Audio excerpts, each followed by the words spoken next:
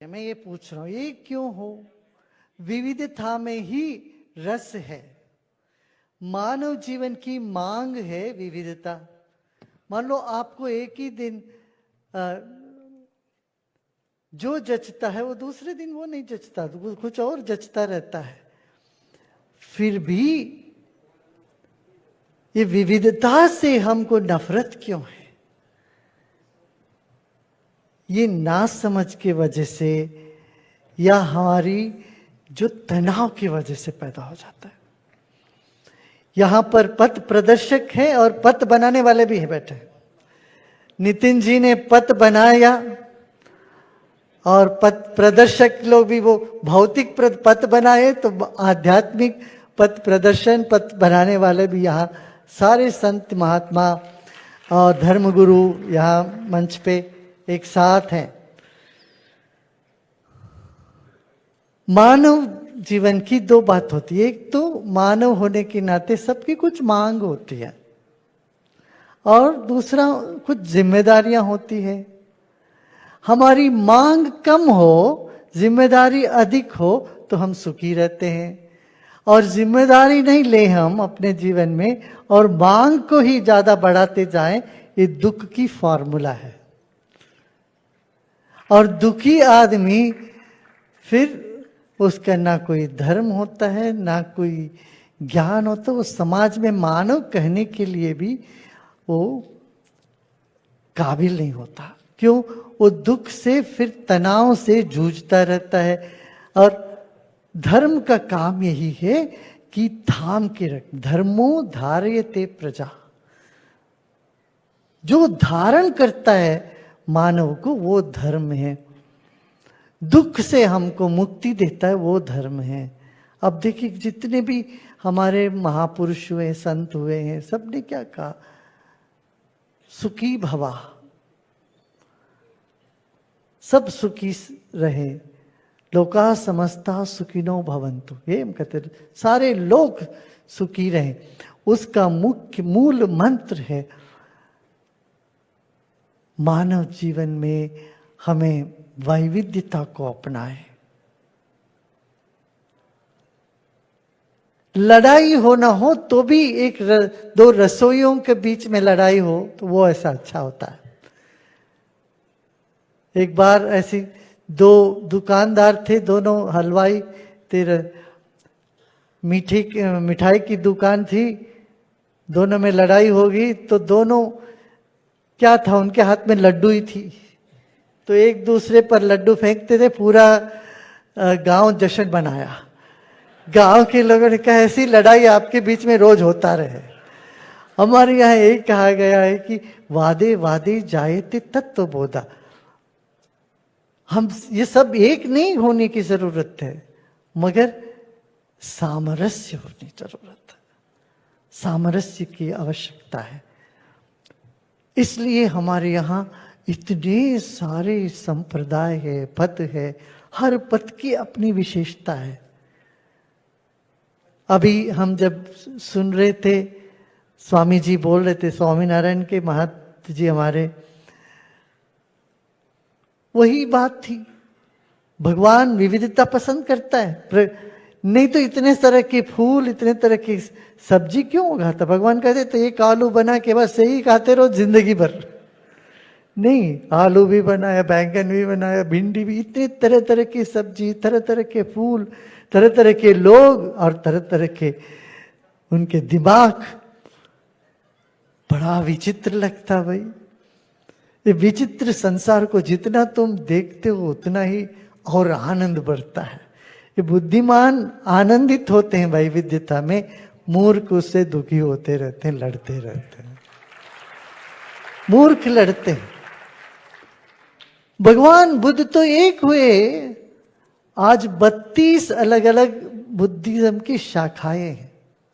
ऐसे Jesus Christ एक हुए थे, मगर आज 72 ब्रांचेस, 72 सेक्ट्स है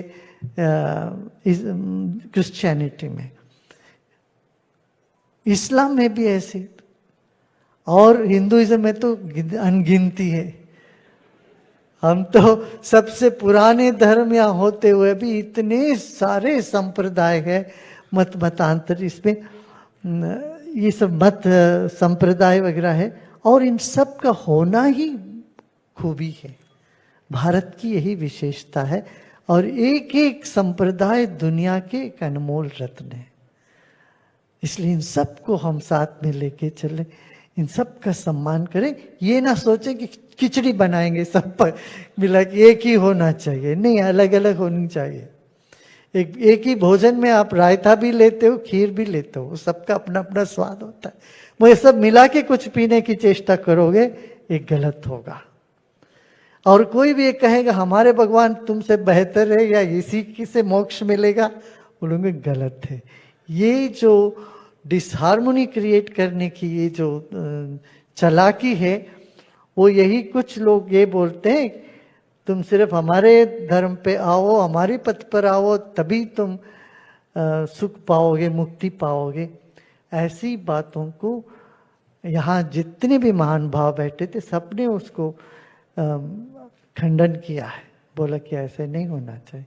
तो वैविध्यता में रस है, और मानव जीवन रस के लिए है। क्यों? ईश्वर रस रूपी है। भाई आप सब माता पिता हैं, बहुत से लोग यहाँ जो बैठे हैं, आप कैसे देखना चाहते हैं अपने बच्चों को? हंसते, खेलते, गाते, नाचते, खेलना चाहते हैं तो बड़ा सीरियस होके रहना चाहते हैं। हम देखना चाहते हैं अपने बच्चे खुश रहे, खिले रहे, खेलते रहे, प्रसन्न रहे। अब हम क्या कर दिए, सारे मंदिरों में, मठों में, धर्म स्थान में जाते लोग इतने सीरियस हो जाते हैं भाई, और जितना गंभीर चेहरा रखते हैं, लगते हैं ये बहुत ज्यादा धर्मात्मा होंगे। ऐसा नहीं होना चाहिए, जहां प्रसन्नता झलके। अब देखो नितिन जी को जब भी हमने देखा प्रसन्न रहते हैं, इनका चेहरा इतने काम होने के बाद खुशी से भरा हुआ रहता, प्रसन्न रहते। ये प्रसन्नता ही धर्म का लक्षण है।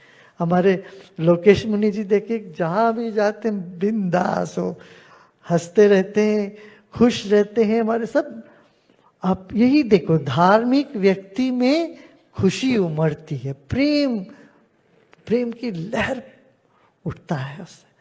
जहां प्रेम होता है वहां परमेश्वर है, जहां प्रसन्नता होती है वहां प्रसाद है। इस तरह से जीवन को सुंदर बनाएं हम। अध्यात्म वही है जो लोगों को जोड़ता है, सभी धर्मों को, सभी जातियों के लोगों को ये जोड़ता है अध्यात्म। क्यों? हमारी मानव ऊर्जा से वो संबंधित रखता है। तो आप सब लोग बहुत, अभी तक तो बहुत हो गया, ज्यादा हो गए तो फिलॉसफी का भी इंडाइजेशन हो जाएगा जी, भाषण का भी इंडाइजेशन हो जाता है। तो आखिरी में बोलने में ये बहुत बड़ा फायदा है कि जो बोला सब पहले सब लोग बोल चुके होते हैं, इसलिए हमको सिर्फ डिटो कहना पड़ता, वही बात है। अब विजय दादा जी ने वो डिटो कहने की हमको एक मौका दिया है। आखिरी में वैसे बोलता बहुत कम हूं, फिर भी एक इंसिडेंस मेरे मन में अभी आ रहा है। मैं जो धर्मगुरु हम क्या कर सकते हैं आध्यात्मिक लोग, वो एक इंसिडेंस मैं बताना चाहता हूँ। हमारा इराक का एक अनुभव, वो युद्ध का समय था इराक में। हम गए वहाँ, इराक के जो राष्ट्रपति के न्योता थी, हमको गए थे। हमारे जाने से पूर्व 2 दिन पूर्व टोनी ब्लेयर जो इंग्लैंड के प्राइम मिनिस्टर थे वो आए थे, और जिस जगह पर हम ठहरे थे वहीं पास में ही ग्रीन जोन, वहाँ 3 जोन में डिवाइड किया था इराक को, red zone, yellow zone, green zone. एक ग्रीन जोन सेफेस्ट जोन था उसमें। वहां पर ग्रीन जोन में बहुत बड़ा बॉम्ब ब्लास्ट हो गया था। तो फिर हम गए, तो फिर हमको तो इतनी सिक्योरिटी रखी थी, 12 गाड़ी भेजी थी, 2 टैंकर, ये सब।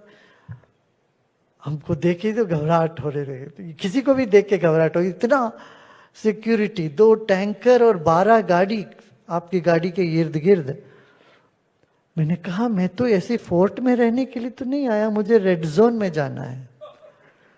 वो लोग बोले नहीं, वहां तो आपको जाने नहीं सकते, आप जा नहीं सकते, हम इजाजत नहीं देंगे। नहीं, मैंने जिद किया जैसे विजय दाड़ा जी ने करते।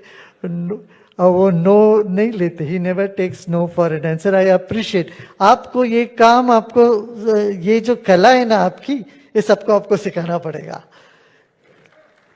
हमारे सारे नेगोशिएशन में लोग इस तरह के विजय दाड़ा जी जैसे जाएं, भारत की उन्नति और ऊपर चले।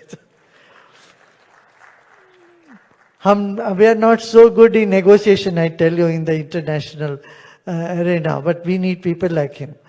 सो मैं भी थोड़ा सा ऐसा जिद कर बैठा, मैंने कहा मुझे जाना ही है रेड जोन में।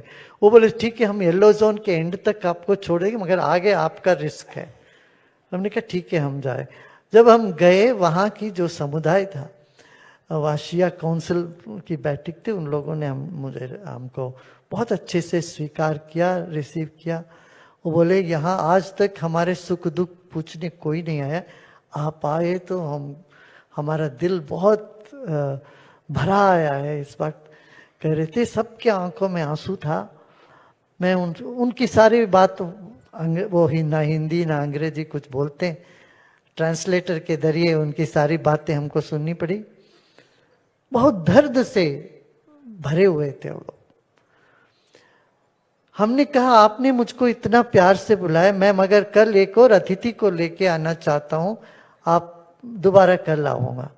तो दूसरे दिन मैंने दूसरे समुदाय जो इनके विरोधी है, उस समुदाय के 8000 फैमिलीज को वहां से इन लोगों ने भगा दी थी अपनी कॉलोनी से। मैं उस जो सेक्ट है इस्लाम के, उसके उनके मुखिया को लेके, मेरे साथ लेके वहां गए हम। थोड़ी देर आर्ग्यूमेंट हुई, बातचीत हुई। देखो बीच में कोई ठंडा पानी फेरने वाले होते ना, हर आर्ग्यूमेंट्स, हर झगड़े झंझट शांत हो जाते हैं।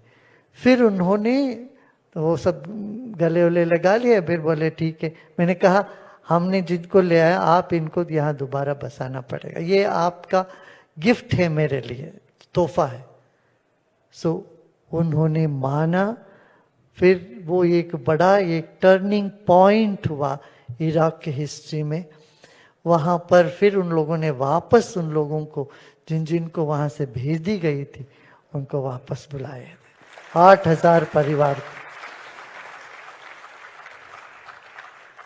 हम सब जो ये आपस में जो वैर वैमनस्य ये सब होता रहता ना लोगों में, आप सब लोग यहाँ बीच में रह के इनको एक सुकून, एक समाधान कर सकते हैं।